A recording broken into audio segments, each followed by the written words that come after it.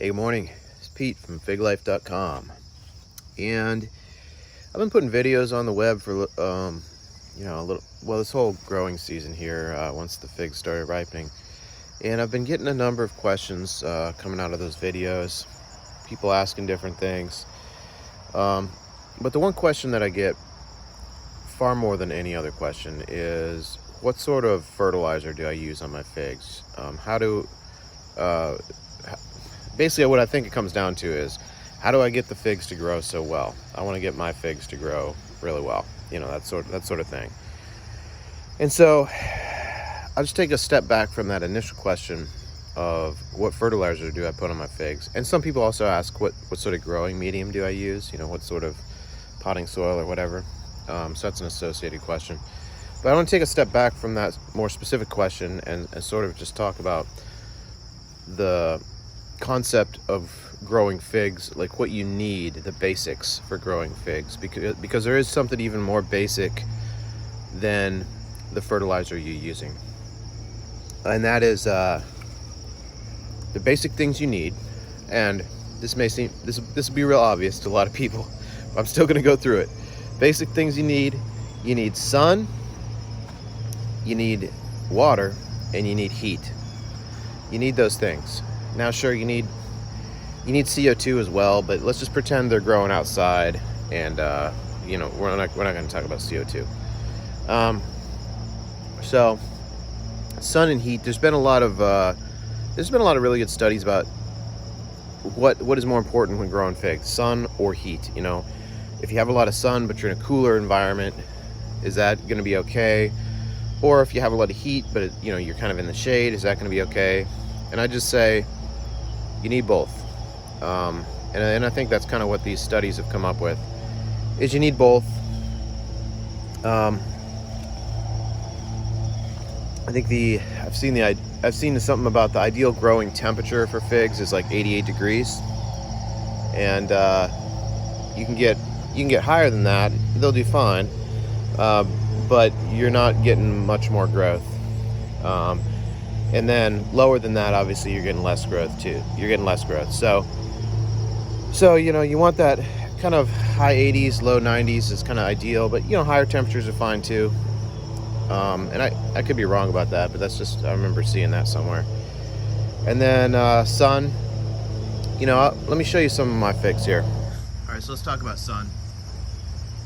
So over here in this area, you can see these trees. I mean, I've got a few outliers. This giant one right there in the center is Petit Abique. That's actually not real petite today, or this year, but it's actually in the ground, which is why that one's growing so crazy.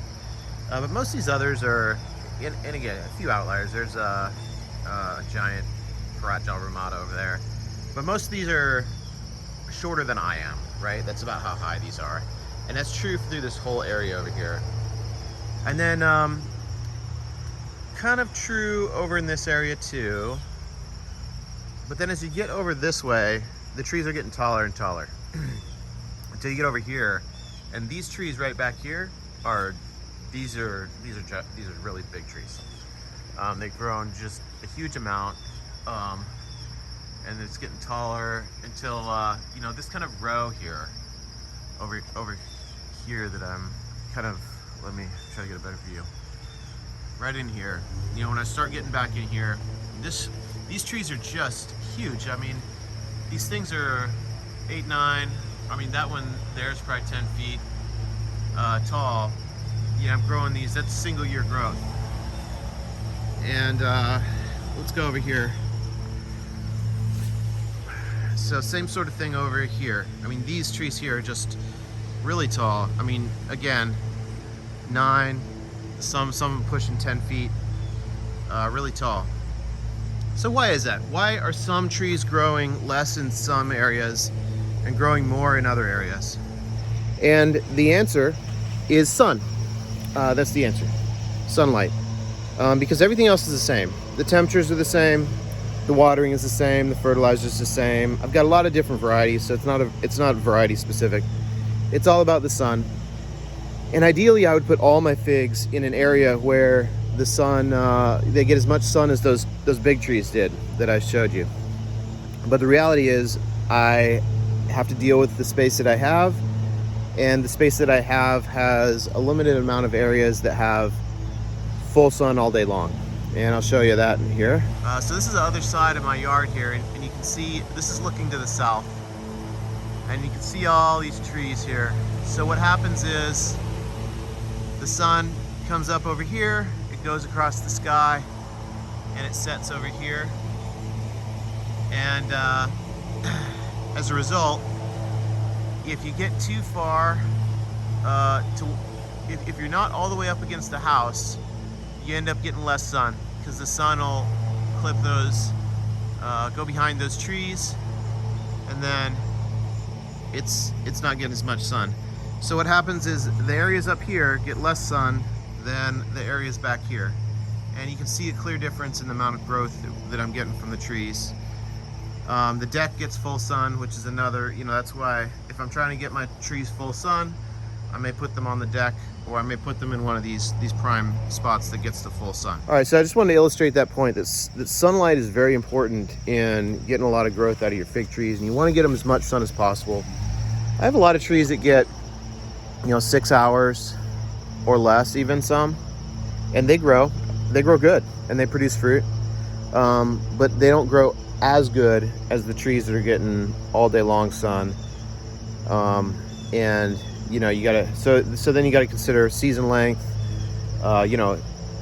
Is it a late fig? If it's a late fig, you want to get it more sunlight, right? So you just got to consider all these things when you're trying to figure out, okay, the place where I'm growing this fig, what is that like? Is it full sun all day long? Is it 6 hours of sunlight? Is it less than that? And then based on that, you need to make a smart determination about, okay, what kind of fig tree can I grow here? If it's not getting a lot of sunlight, if you're up north, so you have a short season to begin with, or maybe you're further south, but it's kind of a shaded area, you want to consider getting a fig variety that ripens in a shorter season. So there's that. So that's sunlight. Heat, I talked about. Outside there's just not a lot that you can do about heat. Either you have it or you don't. But if you don't, then that's going to be a problem, and you may need to supplement your season with like a greenhouse or something like that. But I won't talk too much more about that. And then water. Everybody says, hey, make sure you overwater your figs, and that's true. You don't want to overwater your figs. But at the same time, a well-watered fig is going to grow a lot more than a fig that's not being watered a lot. The fig that's not being watered a lot will probably produce really sweet, tasty fruit, but it's not going to grow as much. So something to consider. Although I would say, especially on the East Coast, there shouldn't be any problem getting your trees enough water. It'll just be a matter of evening the watering out. Like you don't want to have a giant downpour and then not water it for like 2 or 3 weeks, right? Like that wouldn't be great. So you just small regular waterings is kind of what you want to do, but you do want to water it. If you don't water your figs, they're not going to grow as well. So that sort of leads me to a discussion about, because it's related to watering, about the soil medium that you use. So based on what kind of climate you live in, you're going to want to adjust your soil medium accordingly, or use a soil medium that's appropriate for your climate. So if you live in a really dry climate, you're going to want to use a potting soil or a soil medium that is going to retain the water, because you're probably not putting a lot of water in your pots. So you got to have something. You don't want to have a fast draining medium in an area where you're getting no water or very little water. That just doesn't make a lot of sense. So there's a lot of recommendations about what sort of, I wouldn't say there's a lot. There's some recommendations out there about what sort of soil medium to use in a dry climate, but I don't live in a dry climate, so I'm not going to talk about that, because honestly I don't know a lot about it. But I can talk about the soil medium I use here in Northern Virginia, in an area where we get quite a bit of rain in the summer. And I use a fast draining soil medium, and you really need to use a fast draining soil medium. You don't want to use a medium like Miracle Grow. It's primarily peat based, and will retain a lot of moisture, because what happens is you get these big downpours, and then that moisture just sits in the pots for long periods of time, and you don't want that. You want to have the big downpours come through, and the rain just sort of washes right on through, and then it can dry out fairly quickly. That's kind of what you want. And when you do that, then though, you need to give it, again, regular watering. I would say small amounts, but just regular watering. Otherwise, in those fast draining soil mediums, it can dry out pretty quick. Surprising how quick it can dry out, actually. So wet climates, use a fast draining soil medium, and then water regularly, and that'll give it enough moisture, but it'll allow it to dry out enough too in between giant rainstorms. So specifically, the fast draining medium I use is one that I make myself, and it's called 5111. 511 is also a good one. Very similar. I just add an extra ingredient. It's something some people recommended. Okay, so 5.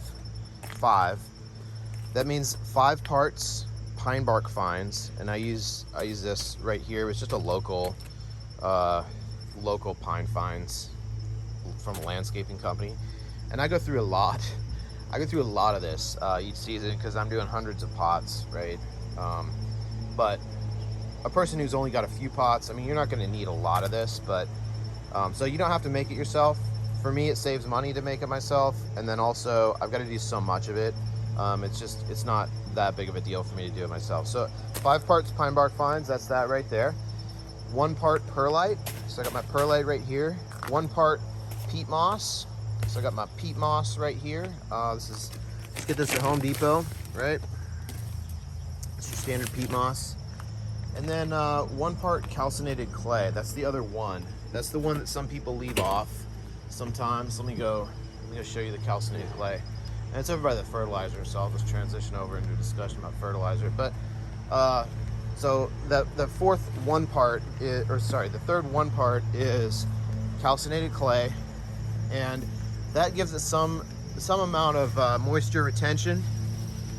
So most of the water will drain through, but a little bit of that moisture will get absorbed into the clay, so it won't be completely just draining everything out. It'll retain a little bit of moisture in the soil. So this is a calcinated clay right here. It's actually sold as a oil absorbent. I get that at Tractor Supply. So that's my last big component of it. And then finally, the last thing I do is I put in some lime, hold on, I'm trying to find it here. Here it is. All right, I use some lime, and that cuts the acidity or the pH of the mixture a little bit, so it's not quite so acidic, because with all the pine bark fines, it is pretty acidic. So this will neutralize that a little bit, and then also it gives it some extra calcium, which the figs are going to need anyway. And then finally, I put in a little bit of Osmocote Plus into the mix, just to give it some fertilizer type mix in there, controlled release fertilizer. And let me look up the exact portions of that. All right, I found the recipe that I use, and I'll just post that on the screen here and post production during my post production work. But it's not an exact science. I mean, there's probably, you can put more of this in here, or you can probably put less of this in here, and it's not gonna make or break the situation. The point is, you want to have a soil medium that is going to be able to allow most of that rain to pass through without soaking the pot in some sort of wet condition for a week, So you want to use a fast draining medium, and the 5111 or 511 mixture allows you to do that. And then again, I put a little bit of lime in there. I put some Osmocote Plus in there, and then what I also do is I put a little bit of micronutrient in there. And I'll go over this in a second, but I use this this micronutrient mix here that I get from A.M. Leonard. But there are other ones out there. Actually, it's kind of hard to find a good micronutrient control release mix, but this is one of them. Anyway, let's talk about the fertilizer, because those are actually the questions that I get the most. So then it's about fertilizer, right?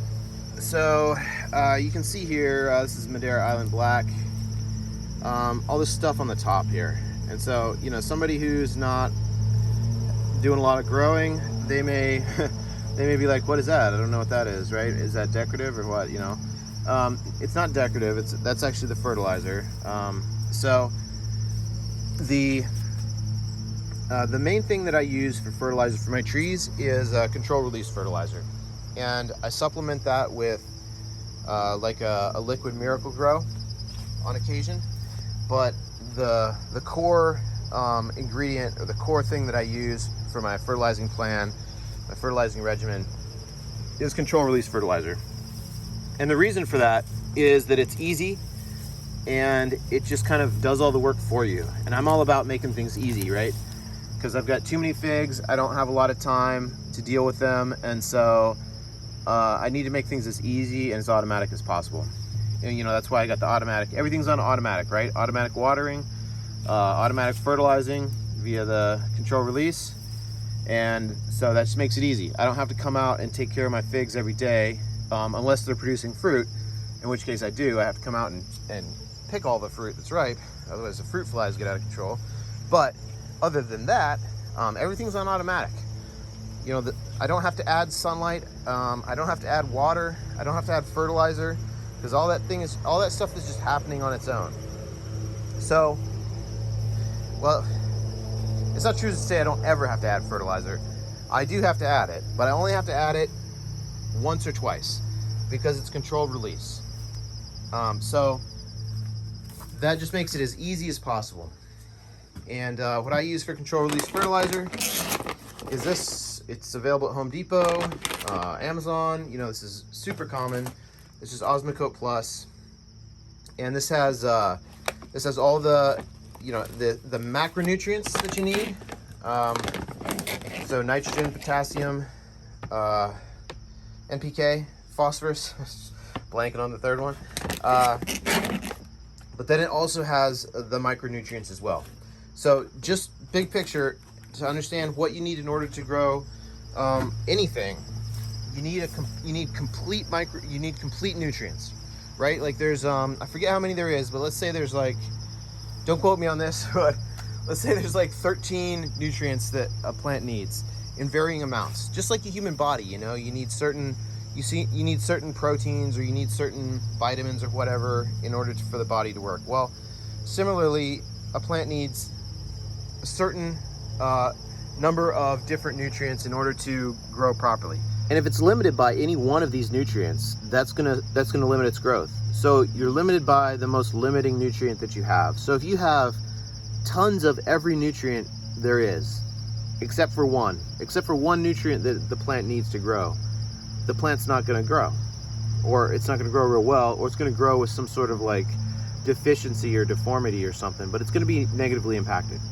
So rather than overloading on like a single nutrient, what you really need to be doing is ensuring that it has balanced nutrition, that it has all the nutrients that it needs in the required amount in order to make use of the sunlight and the heat and the rain that it's getting, and grow at a very nice rate.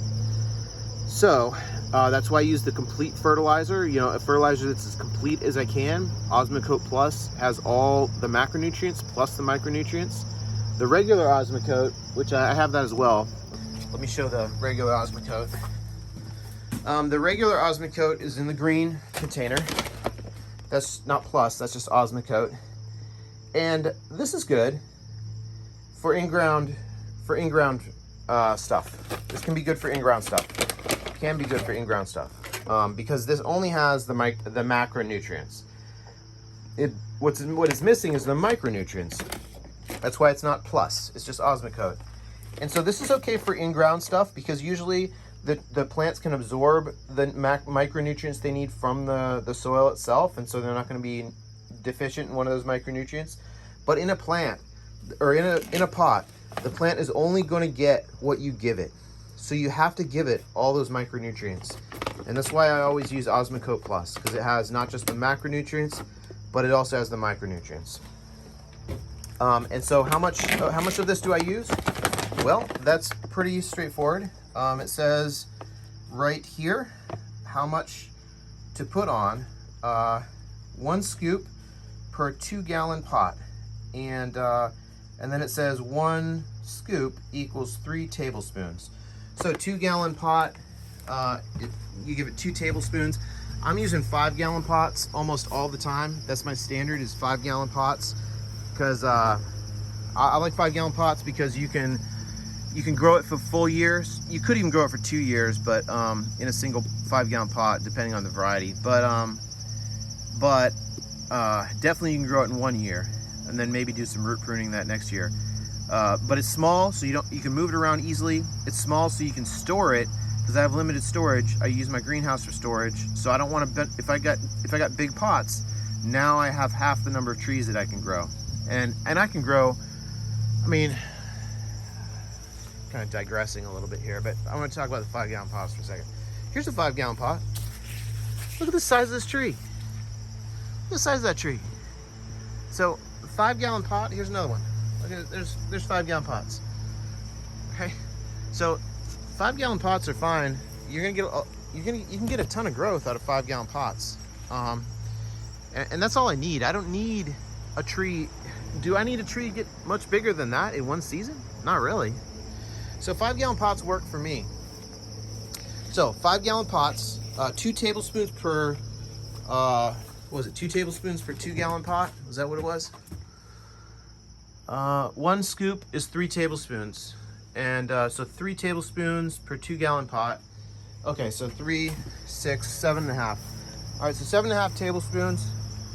7.5 tablespoons per 5-gallon pot. That's what that container told me to do.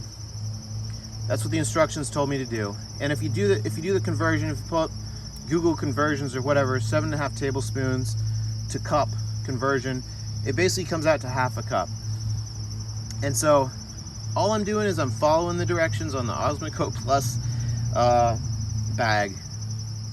Half a cup of Osmocote Plus. I do that in the spring, and that's for the 5-gallon container. For the 10-gallon container, I've got a few of those. I'll double that, but I just put that on top. I sprinkle that on top, and that's going to set me up for some good growth. Like I said, I do that in the spring, so maybe like late April time frame, something like that. Maybe mid-April. Kind of depends when it really starts warming up and when I'm starting to get the trees to wake up. But I'll put that on there. Now, the Osmocote Plus, it'll say that it's good for a whole season or whatever, but reality is that stuff, it kind of goes a little quicker than they say, I think. So then what I do is I do another application kind of mid-season, so like early June time frame, like 2 months later, so April, May, June. So maybe like maybe mid-June, early to mid-June. So probably early to mid-April, and then early to mid-June I do another application, and same sort of thing. I'm just following the instructions. So another half cup or so, and then that's it. That's my season. That's my fertilizing season. That's the main thing for the main fertilizer. But then what I do, so, well, actually, let me keep going with the control release sort of application. So I do the Osmocote Plus, but then I do supplement it a little bit. So what I'll do is I also apply this micronutrient. This is a control release micronutrient. You can see here, and actually for the Osmocote Plus also, I buy the Osmocote Plus for the season because I have so many figs. I buy it in these big bags. I got a big bag of Osmocote Plus from A.M. Leonard, I think it was. But then I also bought a big bag of micronutrients, and A.M. Leonard has a lot of good choices of fertilizers. So the micronutrient, this here is a control release micronutrient thing. And I just put a little bit of this on there. There's some instructions that come with it right here. They're crinkled up. And basically, I'm just following the instructions. So the instructions will say apply a teaspoon of this per gallon container or whatever. I don't know what it is. I just read the instructions. So then I just apply that as well. So that's a micronutrient. That just makes sure it has enough micronutrients that it needs. I used to use, some of the old time growers used to recommend this for micronutrients, and it's the old ironite. And they used to dig it out of a mine somewhere, and it was just really rich in micronutrients. But the new ironite is not this. The new ironite has a different look to the package, and the new ironite is basically just iron, and you don't need that. That's not going to be helpful to you at all. This is hard to find. You pretty much can't find it anymore, and also there's some questions about, where in the mine did they dig this out of? Does it have too much heavy metal or not enough of this other thing? So honestly, I don't even use that because I've got this, which is better. This is made in a factory somewhere. It's exact, and it's getting me exactly what I need and not a bunch of extra stuff that I don't need. So just basically just a micronutrient control release fertilizer mix. So I supplement the Osmocote with that, and that just ensures that make doubly sure that I have all the micronutrients that I need. And then the final thing that I add, and you got to make sure you do this, because it will result in a problem if you don't do this. You've got to add calcium. Okay, and so some people will recommend like a bone meal or something. I can't remember exactly what it is. I don't use that. I'm not saying it's bad at all. There's many ways you can add calcium. Maybe not many, but there's a few ways you can add calcium. You just got to make sure you're adding it. And the way I add it is the easiest, I think, and most common way, and that's with this lime mix here. Pelletized lime. You want to make sure you use the pelletized and not the powdered, because the powdered will just wash through. But I add in lime. So this is where you got to do a little research on, well, how much lime do you add? Because the instructions are not going to, this is where the instructions break down. They're not going to tell you to add lime or how much lime to add. So I've done some, I've looked it up a few times, and the recipe I've come up with is half a cup of Osmocote, half a cup of lime. So basically I add the same amount of lime that I add as Osmocote, and that seems to work for me.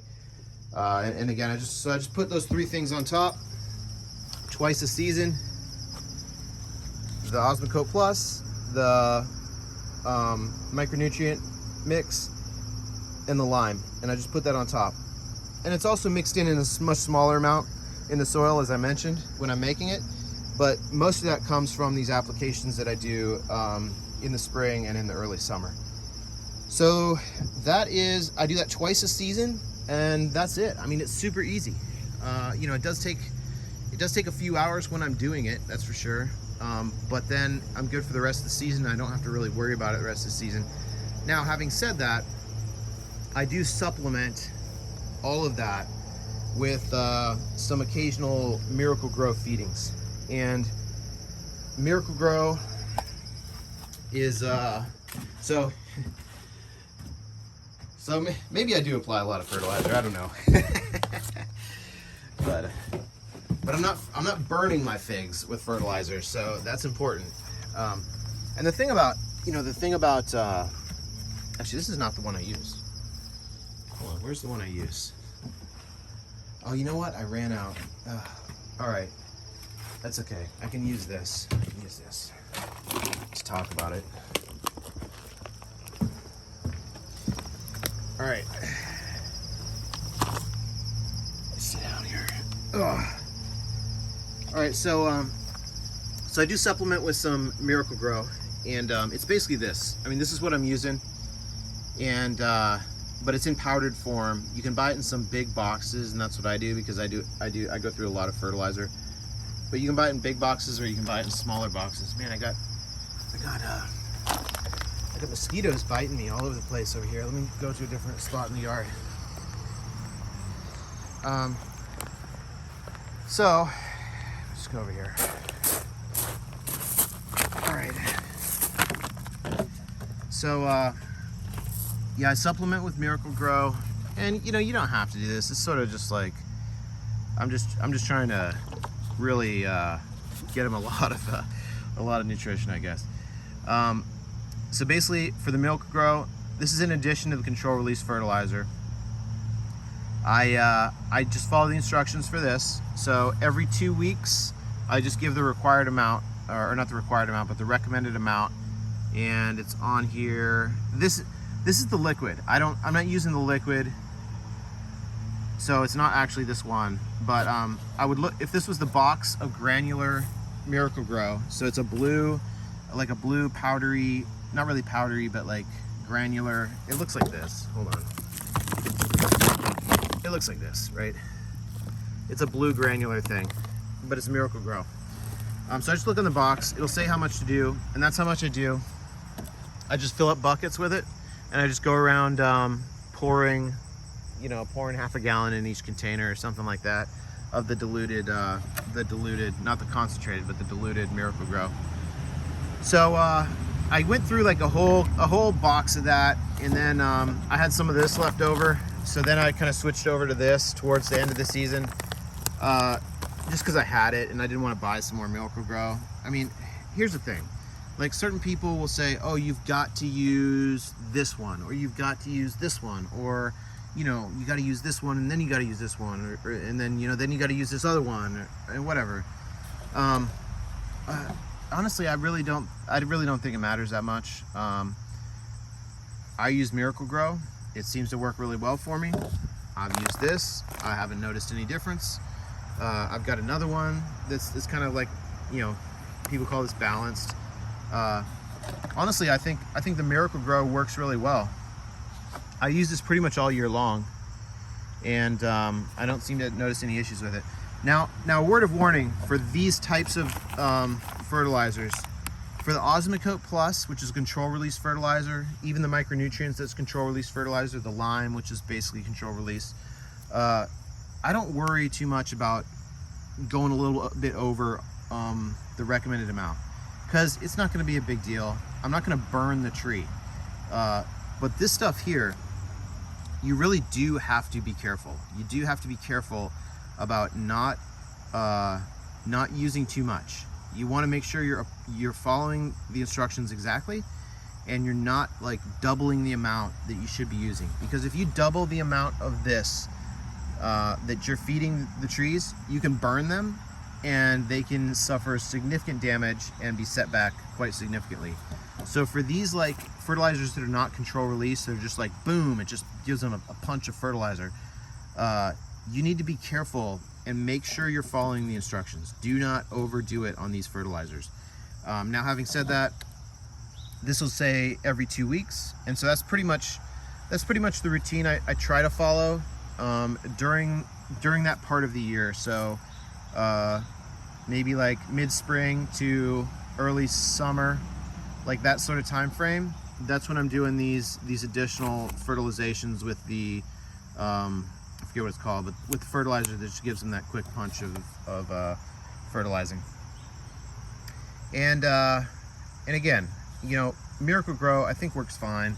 You know, I get a little annoyed with the folks that are like that have this like magic formula that's like, there's only one way to fertilize, and it's got to be this one way, and if you only do it this, you know, if you don't do it this one way, you're not going to get it, you know, you're not going to get great growth. And it's like, yeah, that's not really true. I mean, just give it some fertilizer. That's the bottom line. Give it some fertilizer. Like, it doesn't really matter. Find a complete fertilizer and give it that. That's it. Find a complete fertilizer and give it that. Most of these are complete. Miracle Grow. Okay, a word about the completeness of Miracle Grow. There's a couple things that Miracle Grow is actually lacking. And actually all of these, this is the same way. These are the same. It's lacking, and I think it's magnesium. But if you look on, yeah, it's got manganese. I think magnesium is the one that it's not having. And so I actually do supplement this a little bit with some Epsom salt. And Epsom salt will give it the thing it's missing. I think it's magnesium. And then the other thing this is missing is the calcium. So again, That's why the importance of giving it that calcium supplement. I use lime.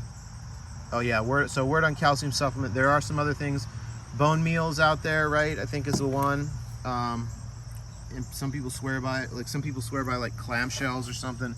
Some people put eggshells in it. I'm gonna say I've read about the eggshells, and I don't recommend using the eggshells, because what happens is the eggshells don't break down and they're not usable. I mean, it takes like years for these things to break down, and they're not usable to the plant. So, you know, if you're just trying to do something with your eggshells and you want to throw them in the garden, okay, fine. But if you're trying to give your figs calcium, eggshells are not going to cut it. So don't use the eggshells. Use something that is actually going to give them calcium, like lime. Now the thing about lime, you got to understand, it's going to raise the. The thing about lime you got to understand is it's going to raise the pH. So it's going to make the pH more basic. So if you have an acidic soil mix, that's good, because you want to cut that acidity a little bit, make it a little more basic. That's good. So the lime helps. It's actually good in that respect. It has like a dual purpose. But if you already have like a neutral soil, or you have a basic soil already, and then you want to be careful. Maybe you don't want to add a bunch. You don't want to make your soil real basic, because figs are pretty forgiving. I mean, they'll grow in different soils, but you want to try to avoid making a basic soil, because then it has trouble absorbing some certain nutrients. You know, there's like a chart that has all this stuff on it. Nutrients absorption over pH range and all this stuff. But bottom line is you don't want it to be super basic. So if you already have like a neutral soil, or you have a basic soil, you might want to think about maybe not using the lime. And if that's the case, you can substitute lime with gypsum. So gypsum has the same sort of effect with calcium. It'll give it the calcium it needs, but it won't change the pH. So I usually use lime, but I have used gypsum on occasion when I thought I didn't want to adjust the pH. And I have a couple bags of gypsum. You can get them at usually it's a little more difficult to find than lime, but I think you can find it at Home Depot still, and certainly at the local landscape supply shop or nursery or whatever. They should have both gypsum and lime. But gypsum and lime, those are good options for calcium, and that's what I use. One of those two, almost always lime. But there are some other options out there. Don't use the eggshells. It just doesn't work. That's the problem with the eggshells. So yeah, back to these fertilizers. As I was saying, the Epsom salt is a supplement, and the thumb rule I use there is a quarter of the Epsom salt. So if you're using a cup of this, which that would be a huge amount. if you're making a swimming pool of this stuff and you're using a cup of this, no. If you're using a tablespoon of this, then you'd want to use like a quarter tablespoon of Epsom salt is sort of the thumb rule. And I don't apply Epsom salt every time. I do it maybe like, I don't know, every other time. So like maybe once a month or something like that. And that seems to work for me. I've read various things about how much to use, but there is a sort of a general consensus that you should supplement with Epsom salt if you're using a little bit of if you're using this stuff. And the reason is because there's one or two specific micronutrients that these fertilizers are missing. And so again, the idea is you just want to have a complete the complete package, the complete amount of nutrients that you're giving to the trees. And if you have the complete amount, then your trees are going to be successful. You don't need to super overload on a single nutrient. You want to have a balanced nutrient. That's just the philosophy I have on this. And the other philosophy is, again, I don't feel like there's a magic formula. There's just like basics, right? Sun, water, heat, of course CO2, and then the other thing, fertilization. You know, you got to give it the nutrients. So this is about giving it the nutrients. You just got to make sure it has all those key nutrients that it needs. And if it does, they're going to grow really well. And if it's missing one of them, you're gonna have a problem. So give it the complete nutrients. That's why I use the Osmocote Plus. That's why I supplement with lime. That's why I supplement with another control release micronutrient mix. That's why when I give it the Miracle Grow, I also give it the Epsom salt, and I make sure it has had the lime. It's just that concept. Give it the complete package. So that's just my speech on fertilization and just my concept for growing figs.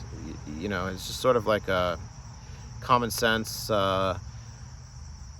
just follow these principles sort of approach. There's no magic bullet. There's no one way to do it. Just follow those principles, and I think you should be successful. So yeah, that's how I do fertilization. That's what I use for my potting mix. That's the general concept of how I grow figs. So hopefully that was helpful to some people. And if not, sorry, I did my best. So anyway, if you like this video, please hit subscribe and check out my website, www.figlife.com. Thanks.